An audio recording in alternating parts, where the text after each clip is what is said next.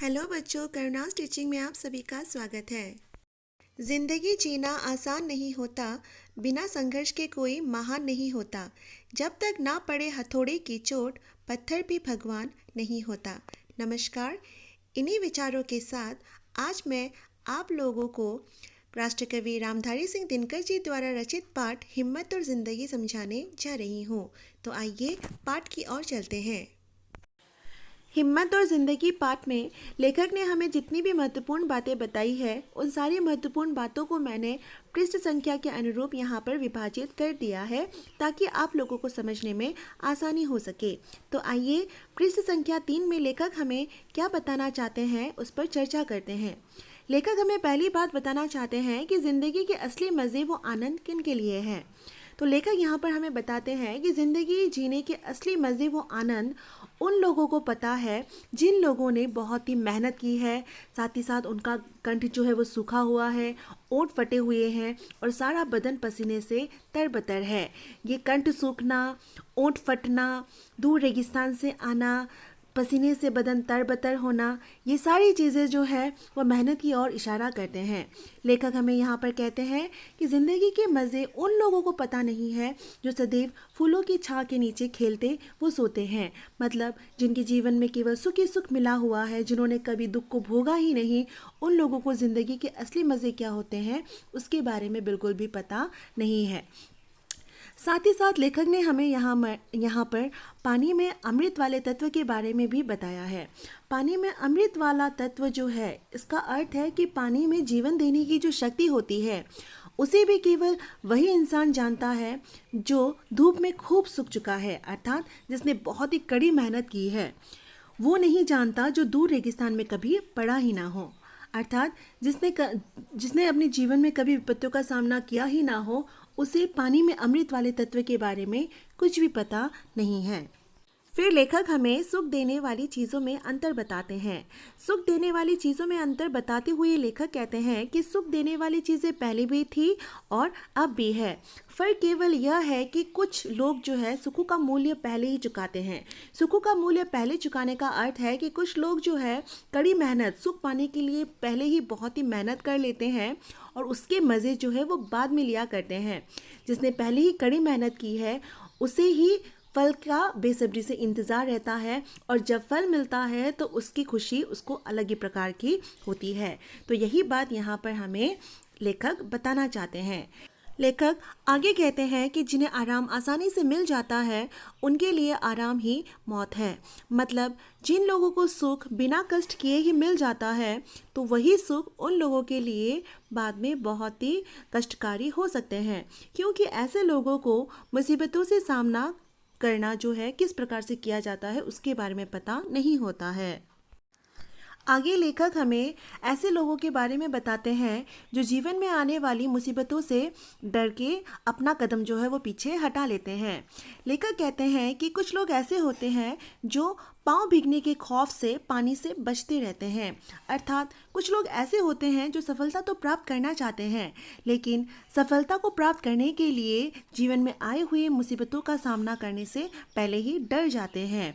तो लेखक ने ऐसे लोगों की ओर संकेत करते हुए हमें यहाँ पर कहा है कि जो लोग पाँव भीगने के खौफ से ही पानी से बचते हैं, समुद्र में डूब जाने का खतरा उन्हीं के लिए है।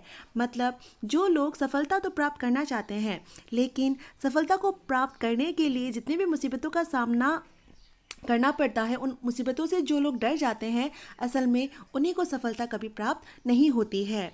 सफलता प्राप्त करने के लिए कठिनाइयों का सामना करना बहुत ही ज़्यादा जरूरी है। आगे लेखक कहते हैं लहरों में तैरने का जिन्हें अभ्यास है वे मोती लेकर बाहर आएंगे।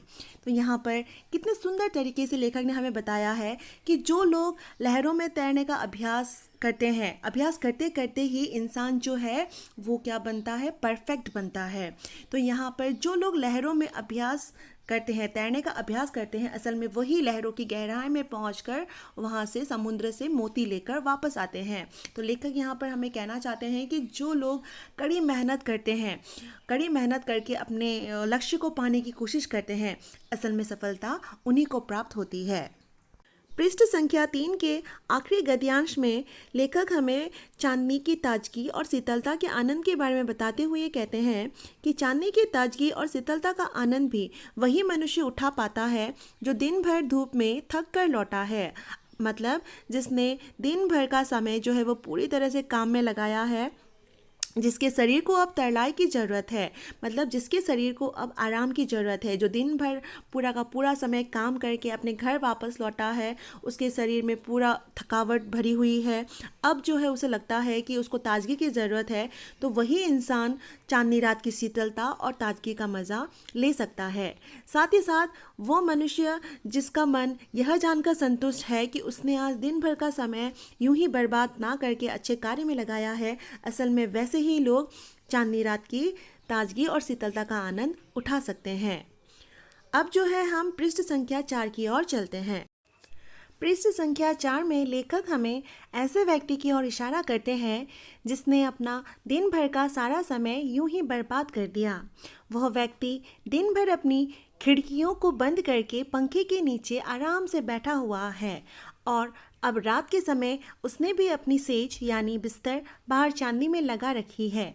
लेखक उस व्यक्ति पर व्यंग करते हुए कहते हैं कि भ्रम तो शायद उस व्यक्ति को भी हो रहा होगा कि वह चांदनी रात की ताजगी और शीतलता का आनंद ले रहा है, लेकिन लेखक यहाँ बताना चाहते हैं कि वह व्यक्ति असल में चांदनी रात का मज़ा नहीं ले पा रहा है, बल्कि वो खुशबूदार फूलों के रस में दिन रात सड़गल रहा है, क्योंकि चांदनी रात की शीतलता वो ताजगी का अनुभव वही व्यक्ति उठा पाता है जिसके शरीर को तरलाई की ज़रूरत है, जिसका शरीर पूरी तरह से थका हुआ है, जो दिन भर तपती धूप में खूब मेहनत करके लौटा है।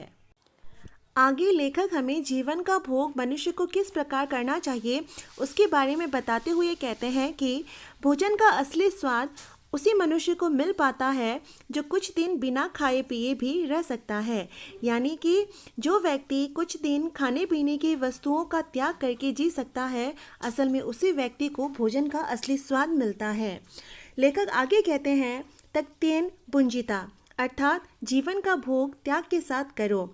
यह केवल सिर्फ परमार्थ का ही उपदेश नहीं है, बल्कि यदि हम जीवन का भोग त्याग के साथ करते हैं तो इसमें हमें बड़ा ही आनंद मिलता है। उदाहरण के तौर पर हम ले सकते हैं कि यदि हमें जीवन में कुछ चाहिए, उदाहरण के तौर पर ये देखा जा सकता है कि यदि हमें अच्छे अंक प्राप्त करने हैं, परीक्षा में यदि हमें अच्छे अंक प्राप्त करने हैं, तो उसके लिए हमें अपनी निद्रा का त्याग करना ही होगा, क्योंकि जब हम अपनी निद्रा का त्याग करेंगे तभी हम अच्छी तरह से पढ़ पाएंगे और पढ़ने की वजह से परीक्षाओं में अपने अंक ज़्यादा से ज़्यादा बढ़ा पाएंगे। आगे लेखक हमें बताते हैं कि बड़ी चीज़ें किस प्रकार बड़े संकटों में विकास पाती है, यानी कि बड़ी हस्तियां बड़ी मुसीबतों में पलकर दुनिया पर किस प्रकार कब्जा करती है। इसका उदाहरण लेखक ने हमें अकबर के द्वारा और पांडवों के द्वारा दिया है। तो लेखक अकबर का उदाहरण देते हुए हमें कहते हैं कि अकबर ने केवल 13 साल की उम्र में ही अपने पिताजी हुमायूं के दुश्मन शेरशाह सूरी को परास्त कर दिया था, जिसका एकमात्र कारण था कि अकबर का जन्म रेगिस्तान में हुआ था। तो अकबर का जन्म रेगिस्तान में होने का मतलब है कि जब अकबर का जन्म हुआ था तो उस समय उनके पिताजी के हालात बहुत ही ख़राब थे, उनके पास दौलत की कमी थी, उनका जन्म जो था वो बहुत ही कठिनाइयों में हुआ था। तो यहाँ पर लेखक हमें बताना चाहते हैं कि अकबर का जब जन्म हुआ तो वो बहुत ही कठिनाइयों से भरा हुआ था। तो उस समय उनके पिताजी के पास सिर्फ एक कस्तूरी को छोड़कर उनके पास और कोई भी दौलत नहीं थी। कस्तूरी एक प्रकार का सुगंधित पदार्थ है जो एक विशेष प्रकार के नर हिरण में पाया जाता है। तो उसके अलावा उसके पिताजी के पास और उस समय कुछ भी दौलत नहीं थी। फिर भी अकबर ने मुसीबतों का सामना करते हुए शेरशाह सूरी को केवल 13 साल की उम्र में ही परास्त किया था। तो ये परास्त करने की क्षमता उनमें किस वजह से आई, तो लेखक यहाँ पर बताना चाहते कि वो थी उनकी हिम्मत।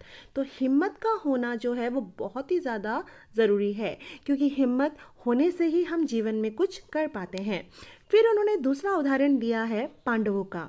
लेखक कहते हैं कि महाभारत के युद्ध में देश के अधिकांश वीर जो थे वो सारे के सारे कौरवों के पक्ष में थे और पांडवों के पक्ष में ना के बराबर थे। तो कौरवों के पास अधिक संख्या में लोग होने के बावजूद भी और पांडवों के पक्ष में कम संख्या में लोग होने के बावजूद भी जीत जो थी वो पांडवों की हुई थी। इसका केवल एकमात्र कारण यह था कि उन्होंने लाक्षागृह की मुसीबत झेली हुई थी, उन्होंने वनवास का जोखिम जो था वो पार किया हुआ था। मतलब उन्होंने जीवन में आई हुई कठिन परिस्थितियों का सामना कर रखा था, जिसकी वजह से महाभारत के युद्ध में कौरवों के पक्ष में अधिकांश लोग होते हुए भी, अधिकांश वीर होते हुए भी जीत पांडवों की ही हुई थी। आगे श्री विंस्टन चर्चिल द्वारा कही गई बात बताते हुए लेखक हमें कहते हैं कि श्री विंस्टन चर्चिल ने कहा है कि ज़िंदगी की सबसे बड़ी सिफत, मतलब ज़िंदगी की सबसे बड़ी विशेषता हिम्मत है। आदमी के और सारे गुण उसकी हिम्मती होने से ही पैदा होते हैं। ये श्री विंस्टन चर्चिल, जो कि द्वितीय विश्व युद्ध के दौरान ब्रिटेन के प्रधानमंत्री थे, उन्होंने ये बात कही है कि मनुष्य के अंदर जितनी भी खूबियाँ हैं, उन सारी खूबियों का विकास केवल उसकी हिम्मती होने से ही पैदा होते हैं। और ये बात बिल्कुल सच है। आइए अब हम पृष्ठ संख्या 5 की ओर चलते हैं। पृष्ठ संख्या 5 में लेखक ने ज़िंदगी की 2 सूरतें बताई है। पहली सूरत में लेखक ने ऐसे लोगों का बखान किया है जो लोग अपने लक्ष्य को, बड़े से बड़े मकसद को हासिल करने के लिए निरंतर कोशिश करते रहते हैं। निरंतर कोशिश करते हुए उन्हें कई बार असफलताओं का, हार का सामना करना पड़ता है, लेकिन फिर भी वो लोग उस हार से निराश नहीं होते, उन असफलताओं से निराश नहीं होते, बल्कि अपने लक्ष्य को पाने के लिए निरंतर प्रयास करते रहते हैं और अपने लक्ष्य को पाकर ही रहते हैं। पहली सूरत ज़िंदगी की ऐसे लोगों के बारे में बताई गई है। दूसरी सूरत में लेखक ने ऐसे लोगों का वर्णन किया है जिसके भाग्य में ना तो अधिक सुख होता है और ना ही अधिक दुख होता है। उन्हें ना तो जीत के मिलने की खुशी होती है और ना ही हार के मिलने का गम होता है। ऐसे लोग जो है वो गोधुली वाली दुनिया के लोग हैं जो बंधे हुए घाट का पानी पीते हैं। मतलब ऐसे लोग जो है वो आराम की ज़िंदगी जीना पसंद करते हैं। वो लोग चुनौतियों का सामना करना नहीं जानते हैं। वो लोग जो उनको किस्मत ने दिया है उसी को वे लोग अपना भाग्य समझकर, अपना किस्मत समझकर उसी को वे लोग स्वीकार कर लेते हैं। तो यहाँ पर लेखक ने ज़िंदगी की 2 सूरतें बताई है। पहली सूरत में एक व्यक्ति है जो निरंतर प्रयास करता है और असफलताओं से निराश नहीं होता, और दूसरी सूरत में ऐसा व्यक्ति है जो कुछ पाने के लिए कोशिश भी नहीं करता। आगे लेखक साहस की ज़िंदगी और साहसी व्यक्ति की पहचान बताते हुए कहते हैं कि साहस की ज़िंदगी ही सबसे बड़ी ज़िंदगी होती है और ऐसे ज़िंदगी जीने वाले लोग बिल्कुल निडर, बेखौफ और स्वतंत्र होते हैं। साहसी मनुष्य की पहली पहचान ही लेखक ने हमें यह बताई है कि वह दुनिया वालों की परवाह बिल्कुल नहीं करता है। वो यह नहीं सोचता कि लोग उसके बारे में क्या सोच रहे हैं और क्या बोल रहे हैं, बल्कि वह अपने ही द्वारा बनाए गए विचारों व रास्तों पर आगे बढ़ता जाता है। वो आस पड़ोस के लोगों को देखकर अपने कदमों की चाल को धीमा व तेज नहीं करता है। साहसी मनुष्य जो है वो उन सपनों में भी रस लेता है जिन सपनों का कोई व्यवहारिक अर्थ नहीं है। मतलब जो सपने पूरे नहीं हो सकते या जिन सपनों का हमारे जीवन में जिनका व्यवहार नहीं है, वो उन सपनों में भी क्या करता है, रस लिया करता है, उस सपनों में भी वो आनंद लिया करता है। वो किसी के सपने उधार नहीं लेता, वो अपने विचारों में ही रमा रहता है। मतलब वो किसी के बताए गए रास्तों पर ही नहीं चलता है, बल्कि वो अपने ही द्वारा बनाए गए रास्तों, अपने ही विचारों पर वो चला करता है। अब आइए पृष्ठ संख्या 6 और 7 की ओर चलते हैं। पृष्ठ संख्या 6 में लेखक ने साहसी मनुष्य की तुलना सिंह से की है। लेखक हमें बताते हैं कि साहसी मनुष्य जो होता है वो बिल्कुल सिंह की तरह होता है। जिस प्रकार सिंह अकेला होने पर भी अपने ही धुन में मस्त रहता है, मग्न रहता है और शिकार भी खुद अकेला ही करता है, ठीक उसी प्रकार से साहसी व्यक्ति भी अपने अकेले के बलबूते पर किसी भी कार्य को करने की क्षमता रखता है। वो कभी भी दूसरों पर आश्रित नहीं रहता है। आगे लेखक हमें अर्नल्ड बेनेट, जो कि इंग्लैंड के उच्च कोटि के विचारक है, वह हिम्मत एवं साहस के बारे में क्या कहते हैं उसके बारे में बताते हैं। अर्नल्ड बेनेट जी हिम्मत और साहस के बारे में कहते हैं कि हिम्मत और साहस के बल पर वीर व्यक्ति जिंदगी की चुनौतियों का सामना डट कर किया करते हैं और उन चुनौतियों पर विजय पाकर एक सुखी जीवन जिया करते हैं। अर्नल्ड बैनर्जी आगे कहते हैं कि सांसारिक अर्थ में जिसे हम सुख कहते हैं उसका ना मिलना फिर भी इससे कहीं श्रेष्ठ है कि मरने के समय हम अपनी आत्मा से यह धिक्कार न सुने कि तुम में हिम्मत की कमी थी, तुम में साहस का अभाव था, तुम ठीक वक्त पर जिंदगी से भाग खड़े हुए। तो अर्नल्ड बैनर्जी हमें इस बात का एहसास दिलाना चाहते हैं कि हमें यदि ज़िंदगी अवसर देती है अपनी हिम्मत दिखाने का, तो हमें उस समय उस अवसर का सही सदुपयोग करके कठिन परिस्थिति में उस हिम्मत को दिखाना चाहिए। फिर लेखक हमें जोखिमों से बचने वाले इंसान के साथ क्या होता है उसके बारे में बताते हैं। लेखक कहते हैं कि जो इंसान जोखिमों से बचने का प्रयास करते हैं, मतलब मुसीबतों से, कठिनाइयों से बचने का प्रयास करते हैं, अंततः वो अपने ही घेरों के बीच में कैद हो जाते हैं। अर्थात जो इंसान अपने जीवन में आए हुए कठिन परिस्थितियों का सामना करने से घबराता है, उससे बचने के उपाय निकालता है, असल में वह उसी मुसीबतों में एक दिन घिर जाता है। तो इंसान में इतनी हिम्मत तो होनी चाहिए कि वो उन कठिनाइयों का, उन परिस्थितियों का सामना कर सके। तो उस कठिनाइयों का सामना करने के लिए उसमें हिम्मत का होना बहुत ही ज़्यादा ज़रूरी है। तो ऐसे ही लोग अंततः ज़िंदगी जीने का कोई भी मज़ा नहीं ले पाते हैं। वह सदैव उन जोखिमों से बचने का प्रयास करते हैं जिसकी वजह से वो अपनी ज़िंदगी को आने से रोकते हैं, उसका मज़ा लेने से वो लोग वंचित रह जाते हैं। आगे लेखक हमें ज़िंदगी के भेद के बारे में बताते हुए कहते हैं कि ज़िंदगी में हम अंत में उतना ही पाते हैं जितना उसमें पूंजी लगाते हैं। मतलब पूंजी लगाना जो है वो ज़िंदगी के संकटों का सामना करना है। तो ज़िंदगी में हम आए हुए संकटों का जब सामना करते हैं तो तभी ही हमें सफलता, वो खुशियाँ, वो आनंद जो है वो मिल पाता है। यदि हम उन संकटों से बचने का प्रयास करते हैं तो हम ज़िंदगी में कुछ भी हासिल नहीं कर पाते हैं। फिर आगे लेखक बताते हैं कि ज़िंदगी का भेद कैसे लोगों को मालूम है। तो लेखक कहते हैं कि ज़िंदगी का भेद ऐसे लोगों को मालूम है जो यह जानकर चलता है कि ज़िंदगी कभी न ख़त्म होने वाली चीज़ है, वो निरंतर चलती ही रहती है। अंत में लेखक हमें संदेश देते हुए कहते हैं कि अरे ओ जीवन के साधकों, अगर किनारे की मरी हुई सीपियों से ही तुम्हें संतोष हो जाए तो समुद्र के अंतराल में छिपे हुए मौक्तिक कोश को कौन बाहर लाएगा। मतलब अगर तुम छोटी मोटी सफलताओं से ही प्रसन्न हो, आनंदित हो, तो तुम्हें अपनी बड़ी सफलताएं कैसे मिल पाएंगी। तो लेखक हमें यहाँ पर प्रोत्साहित करते हुए कहते हैं कि मनुष्य को अपने सपने, वो लक्ष्य हमेशा बड़े रखने चाहिए और उन सपनों को, उन लक्ष्य को पूरा करने के लिए हमें साहस के साथ ज़िंदगी में आगे बढ़ना चाहिए। और ज़िंदगी हमें बार बार अवसर देती है, उस अवसर का हमें सही इस्तेमाल करना चाहिए। अंत में लेखक कहते हैं, यह अरण्य झुरमुट जो काटे अपनी राह बना ले, कृतदास यह नहीं किसी का जो चाहे अपना ले। जीवन उनका नहीं युधिष्ठिर जो उससे डरते हैं, वह उनका जो चरण रूप निर्भय होकर लड़ते हैं। अर्थात जंगलों में पड़े हुए झाड़ियों को काटने पर भी वहाँ रास्ते बन जाते हैं। हम किसी के गुलाम नहीं हैं जो जैसा कहेगा हम उसी रास्ते पर चले। जो इंसान जीवन में आए हुए कष्टों को देखकर डर जाता है, असल में ऐसा जीवन उसका जीवन है ही नहीं। जीवन तो उन लोगों का है जो जंगलों में भी निर्भय होकर रोपण करने की क्षमता रखते हैं, अर्थात कष्टों व कठिनाइयों को झेलने की क्षमता रखते हैं। तो बच्चों, हमने देखा कि इस पाठ में लेखक हमें यही बताना चाहते हैं कि हिम्मत की ज़िंदगी ही सबसे बड़ी ज़िंदगी होती है। जो इंसान हिम्मत के साथ अपनी ज़िंदगी जिया करता है, सफलता उसे ही मिलती है। आशा है कि आप सभी लोगों को ये पाठ अच्छी तरह से समझ में आया होगा।